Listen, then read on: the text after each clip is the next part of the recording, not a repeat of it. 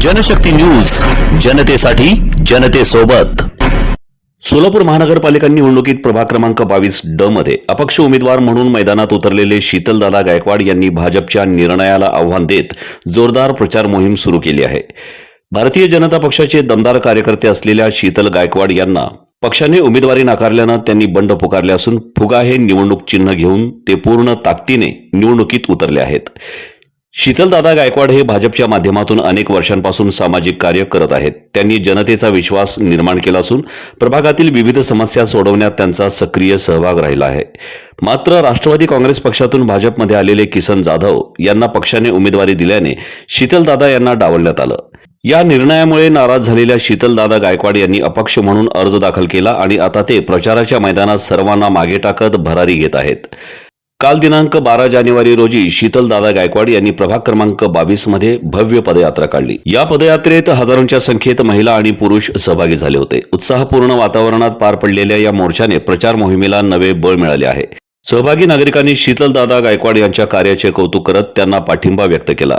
माझे काम बोलते, मी जनतेच्या विश्वासावर निवडून येईन असा आत्मविश्वास शीतलदादा गायकवाड यांनी व्यक्त केला। प्रभाग क्रमांक 22 ड मधील ही निवडणूक आता अधिक रंगतदार झाली आहे।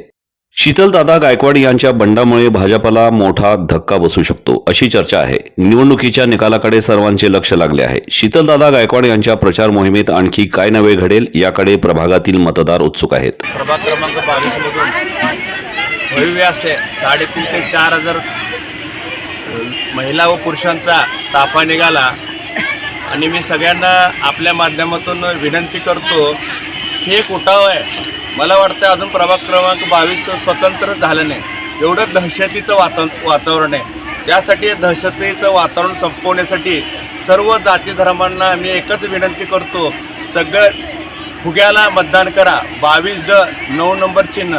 आणि माझी मुस्लिम बांधवांना पण मी विनंती आहे की आपल्या पदरात घ्या, मला मुलगा माना आणि त्यांनी मतदान करावे। तसंच कैकाडी समाजांना पण विनंती आहे, सततचा जे अन्याय आहे ते दूर करण्यासाठी आपल्याला मलाच मतदान करावं।